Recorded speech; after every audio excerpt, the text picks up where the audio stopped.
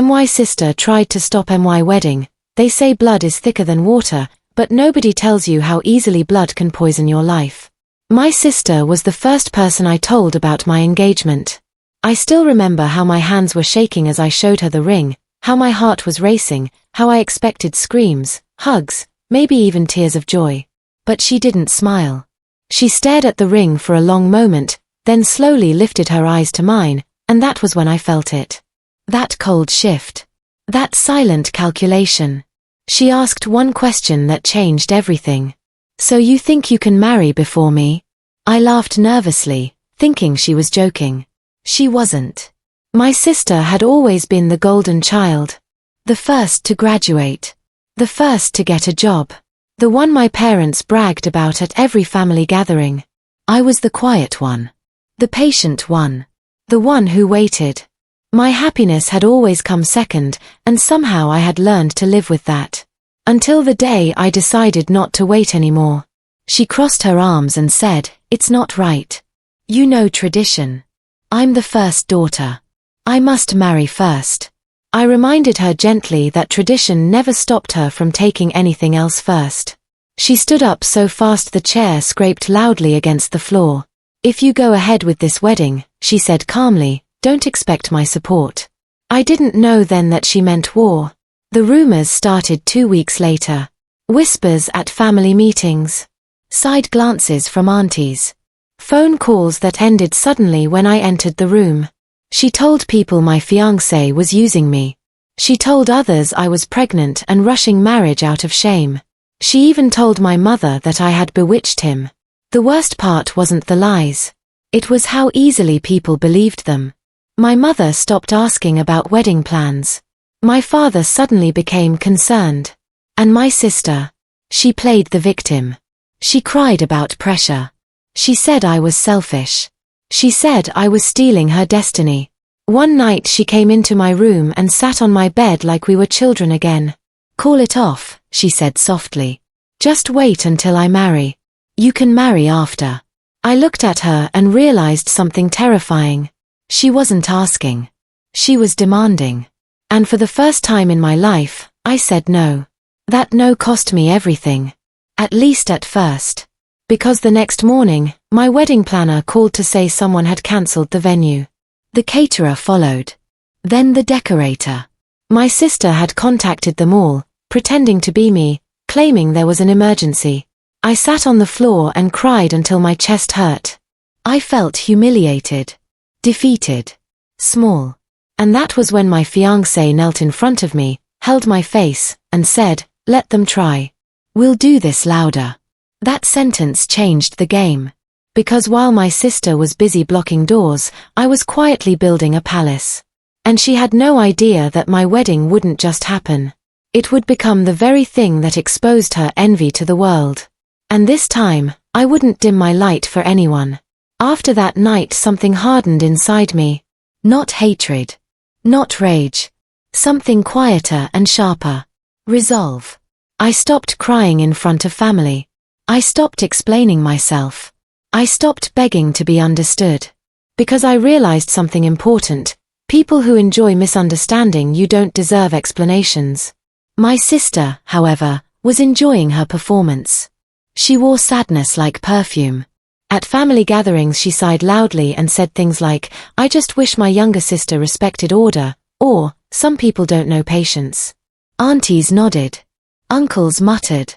My mother avoided my eyes. And yet behind closed doors, my sister was frantic. She called me constantly pretending to care, asking sweet questions about my plans, trying to dig for details she could destroy. I gave her nothing. I smiled. I lied. And I planned. My fiancé and I moved everything quietly. A new planner outside the city. A private venue no one in my family had access to. Contracts signed under different names. Security paid in full.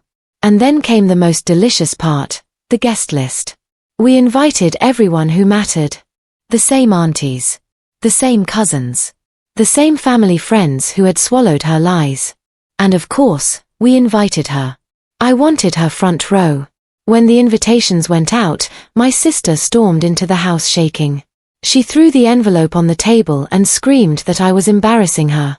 That people were calling her asking why she wasn't married yet. That I was humiliating her on purpose. And that's when she said it out loud, the truth she had been hiding for years. You were never supposed to win. I looked at her and finally understood the envy. It wasn't about tradition. It wasn't about order. It was about fear. She had built her identity on always being ahead. And my happiness threatened that illusion. So she did what jealous people do best. She tried to ruin what she couldn't control. She went to my parents and issued an ultimatum. If they attended my wedding, she wouldn't speak to them again. My mother cried. My father shouted. And I was blamed once more. For tearing the family apart. That night I almost cancelled everything. Not because I was weak. But because I was tired. Then I remembered every time I had shrunk to make her comfortable. Every achievement I had downplayed. Every joy I had delayed. And I chose myself. The wedding day arrived like a dream wrapped in gold. The venue shimmered. Chandeliers reflected light like stars.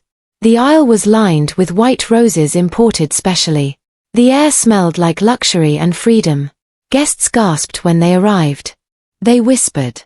They took pictures. They stared. And then my sister walked in. She froze. The envy hit her face before she could hide it. Her eyes scanned the room. The elegance. The wealth. The joy.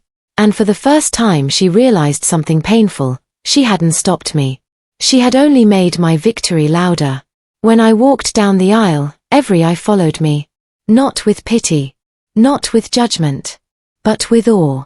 And as I passed her, I met her gaze. I didn't smile. I didn't gloat. I simply existed. And that was the real revenge. Because nothing hurts envy more than watching the person you tried to break shine anyway. The ceremony was flawless, but the real storm began after the vows. When the officiant pronounced us husband and wife, the room erupted in applause so loud it drowned out every lie that had been told about me. My sister clapped too, slowly, mechanically, her smile stiff like glass. I knew that look. She was already planning her next move. At the reception she floated from table to table, collecting sympathy the way some people collect souvenirs. She whispered that she had tried to stop the wedding for my own good. She said I was stubborn. She said success had changed me. But something unexpected happened. People weren't listening anymore. They were watching. They saw how she hovered. They saw how she interrupted conversations about me. They saw how her laughter sounded forced. And they saw how calm I was. I danced. I laughed. I glowed. My husband held my hand like he was proud of every step I took. And envy hates confidence that doesn't ask for permission. Then came the speeches. My father stood first. His voice shook as he spoke about family, about mistakes, about learning when to step back and let love lead. People exchanged glances. My mother followed. She cried openly and apologized publicly for doubting me. That apology landed like thunder. My sister's face drained of color. Because apologies change narratives. And then my maid of honor stood. She told the truth. Not cruelly. Not dramatically. Just honestly. She spoke about how I had almost lost everything because someone close to me couldn't stand seeing me happy. She didn't say a name. She didn't need to. Every eye turned slowly toward my sister. She laughed nervously and took a sip of champagne, but her hands were shaking. After the speeches, she disappeared. I found her later in the restroom, staring at her reflection like she was trying to recognize herself. She asked me quietly how I did it. How I stayed standing while she tried to pull me down. I told her the truth. I stopped competing with you. That broke her. Because envy needs competition to survive. And when you refuse to play, the jealous person is left alone with their emptiness. She didn't attend the after-party. She didn't post congratulations. She went silent for weeks. And in that silence, the family began to see clearly. Stories unraveled. Contradictions surfaced. Her tears stopped working. And my life. It expanded. Travel. New opportunities. Peace. And the wedding photos? They went viral. Not because of drama, but because joy is contagious. And every time someone compliments them, I remember the sister who tried to stop my wedding. And I smile. Not because I won, but because I finally chose myself. And that was the revenge she could never take from me. Time did what arguments never could. It exposed everything. My sister returned eventually, but she returned smaller. Not in status, in presence. She spoke less at gatherings. She laughed later than everyone else. She watched me differently now, like someone studying a mirror that no longer reflects them. My parents began to notice patterns they had ignored for years. How every celebration of mine came with her sadness. How every achievement was somehow disrespectful to her. How every boundary I set was called rebellion. And slowly, quietly, the family shifted. No confrontation. No dramatic apologies.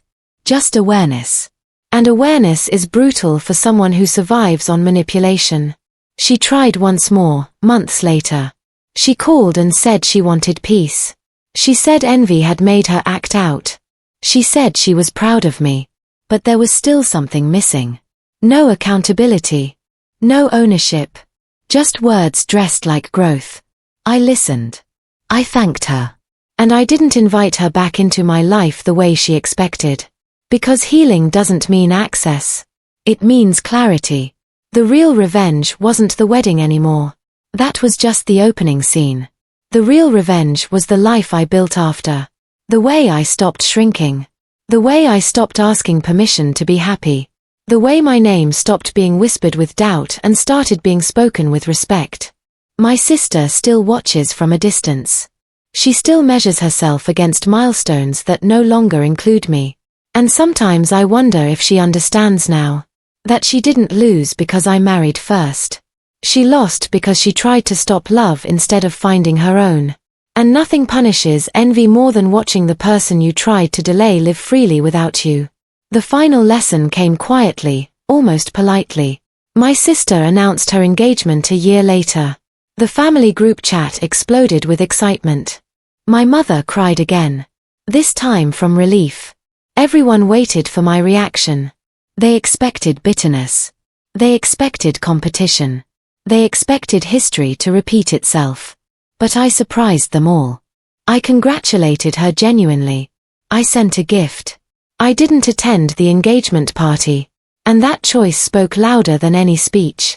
She later confronted me, asking why I kept my distance, why I wouldn't fully return to how things used to be. I told her something she wasn't ready to hear. Because I forgive you, but I don't trust you. And forgiveness doesn't mean forgetting who someone showed you they were. She went silent. After her wedding, she faded from my story. Not dramatically. Not tragically. Just naturally. Some people aren't meant to walk beside you forever. Some are lessons dressed as family. My glamorous wedding wasn't the revenge. The exposure wasn't the revenge. The applause wasn't the revenge. The real revenge was peace. Peace that didn't depend on comparison. Peace that didn't beg for approval. Peace that stayed even when no one was watching. And if you're listening to this story wondering whether success is the best response to envy, it is. But only when that success includes self-respect. Because nothing hurts a jealous heart more than realizing you no longer need to prove anything at all. Years later people still talk about my wedding, not because it was extravagant, but because it marked a turning point. Not just in my life, but in how my family understood love and boundaries. New cousins got married after me, and suddenly no one spoke about order or who must go first. Tradition quietly retired. And sometimes I catch my sister watching me across crowded rooms, not with anger anymore, but with something heavier. Regret. She sees the life I built, the marriage grounded in respect, the confidence that came from surviving betrayal. She sees what happens when you stop living in someone else's shadow. And maybe she finally understands that trying to delay another person's destiny doesn't move yours forward. It only exposes what you're afraid of. I don't tell this story to shame her. I tell it because envy thrives in silence. And because somewhere someone is listening, being told to wait, being asked to dim their joy for someone else's comfort. If that's you, hear this clearly. Your life is not on hold because someone else hasn't lived theirs yet. Your happiness is not disrespect. Your progress is not betrayal. And when you finally choose yourself, do it boldly. Do it gracefully. Do it without apology. Because the most glamorous revenge is a life well lived. The last time I saw my sister alone was at a family funeral. Grief strips people of masks, and in that quiet corner she finally spoke without envy. She admitted she had measured her worth by being first, by being ahead, by being seen. She admitted that when I got engaged it felt like the ground moved beneath her feet. And for the first time she said the words she should have said years ago, I was scared of being ordinary. I listened without anger because I had already made peace with the past. I told her something simple but true, love is not a race and destiny doesn't run out. She nodded, but I knew understanding doesn't always come with healing. Some lessons arrive late. Some never fully arrive. And that's okay. Because my story no longer needed her closure. As I walked away that day I realized the arc was complete. Not because she changed. Not because I forgave again. But because I was free. The girl who once begged to be seen had become a woman who didn't need witnesses. My wedding had been glamorous, yes, but the real glow came later. It came from boundaries. It came from choosing joy without guilt. It came from realizing that envy loses power the moment you stop explaining yourself. So if you stayed till the end of this story, remember this: the loudest revenge isn't luxury or applause. It's growth. It's peace. It's becoming so whole that the people who tried to break you can no longer recognize their reflection in you. And that is how the story ends. Not with rivalry. Not with tears. But with freedom. There is something nobody tells you about freedom. It is quiet. It doesn't announce itself. It just settles into your bones one day and you realize you are no longer reacting. You are choosing. My sister stopped being a central character in my life not because of anger but because she no longer fit the chapter one was writing. Family gatherings became easier. My laughter became real. My decisions stopped passing through the filter of what would upset who. The world widened. And strangely that was when people started asking me for advice. They asked how I stayed calm. How I handled betrayal. How I didn't collapse under family pressure.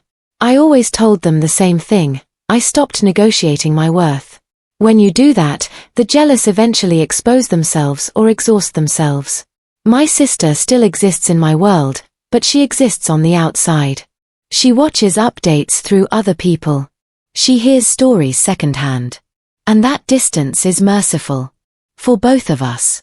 She can no longer reach what she cannot control. And I can no longer be delayed by what I refuse to carry. This story didn't end at the altar. It continued in every boundary I kept. Every invitation I declined. Every moment I chose peace over performance. So if you are watching this and someone close to you is trying to pause your life until they feel ready, understand this: their insecurity is not your responsibility. Your joy does not need permission. And sometimes the most powerful thing you can do is move forward so fully that the people who tried to stop you are forced to confront the silence you leave behind. What surprised me most was not how my sister faded from my life, but how I grew into myself once she did. Without her constant shadow, I discovered parts of me that had been waiting quietly for years. My voice became firmer. My choices became clearer. I stopped over-explaining my happiness. I stopped apologizing for milestones. I stopped shrinking good news to make others comfortable. And people noticed. Not in the loud way envy notices, but in the respectful way peace attracts. My marriage deepened. We built routines, traditions, laughter that wasn't performative. The glamorous wedding became a memory, but the life after became the real luxury. And sometimes, new relatives would whisper things like, "We heard your story," or, "You handled that with so much grace." Grace. That word used to feel heavy to me, like something forced. Now it felt light. Because grace isn't silence. It's strength without noise. As for my sister, she learned to live with the consequences of her choices. Not punishment. Just distance. She missed birthdays she wasn't invited to. She missed conversations that happened without her. She missed the closeness she once took for granted. And slowly she understood that love cannot be controlled through fear or entitlement. It must be earned through respect. I don't know if she ever fully healed her envy, but I know I healed my need to be understood by her. And that was enough. Because when you stop asking the wrong people to validate you, you finally hear yourself. And that voice, the one that says go ahead, live, love, build, shine without guilt, that voice is louder than any jealousy ever was. The final truth is this: revenge stories rarely end with fireworks. They end with understanding. Not the kind that reconciles everyone neatly, but the kind that sets you free. I used to think winning meant being seen. It doesn't. Winning is being unbothered. Winning is waking up excited for your own life without checking who might be upset by it. Winning is letting people believe whatever version of you they need while you live in the truth. My sister will always be part of my history, but she no longer controls my narrative. She taught me something unintentionally, that envy is loud but temporary, and self-worth is quiet but permanent. The glamorous wedding was a moment. The applause faded. The photos settled into albums. But the boundary I built that day still stands. And every time someone asks me how I survived having my happiness challenged by my own family, I answer honestly, I stopped asking for permission to live. This story isn't about marriage. It's about courage. It's about choosing yourself even when it costs you comfort. And if you take nothing else from this, remember this line: the people who try to delay your destiny are often terrified of facing their own. And the best response is not revenge, but a life so full that their jealousy has nowhere to land. Years passed, and the wedding that once felt like the climax became a memory that faded into something almost ordinary, until someone brought it up again. It was at a friend's wedding, a small one, but the kind of gathering where people share stories and laugh about the past. Someone asked me how I managed to stay so calm when my sister tried to ruin everything. I didn't expect the question to cut so deep. I realized then that the story hadn't ended for everyone else. It had ended for me, but for them it was still a lesson. I told them the truth. I stopped living for her approval. The room went quiet. Not because they were shocked, but because they recognized it. Everyone has someone who wants to control their happiness. My sister had just been the most obvious one. I watched her face in the distance. She wasn't part of the wedding, not because she wasn't invited, but because she chose not to come. She had become a ghost in our family's future. And I finally understood the real reason she hated my wedding so much. It wasn't that she wanted to marry first. It was that she wanted to be the one people watched. She wanted to be the one everyone talked about. She wanted attention. My wedding took that away from her. It gave people a new story, one where I was not the quiet sister, not the one who waited. It made me the one who moved forward. The more I lived, the more I saw the pattern. Jealousy always comes from scarcity. When someone feels empty inside, they try to fill that emptiness by controlling others. That's what she did. But she never realized something crucial. Control is not power. It's a prison. The day I accepted that, I stopped needing her approval. I stopped explaining myself. I stopped shrinking. And the most beautiful thing happened. My life expanded. My husband and I built a home full of love, not performance. We traveled. We started a business.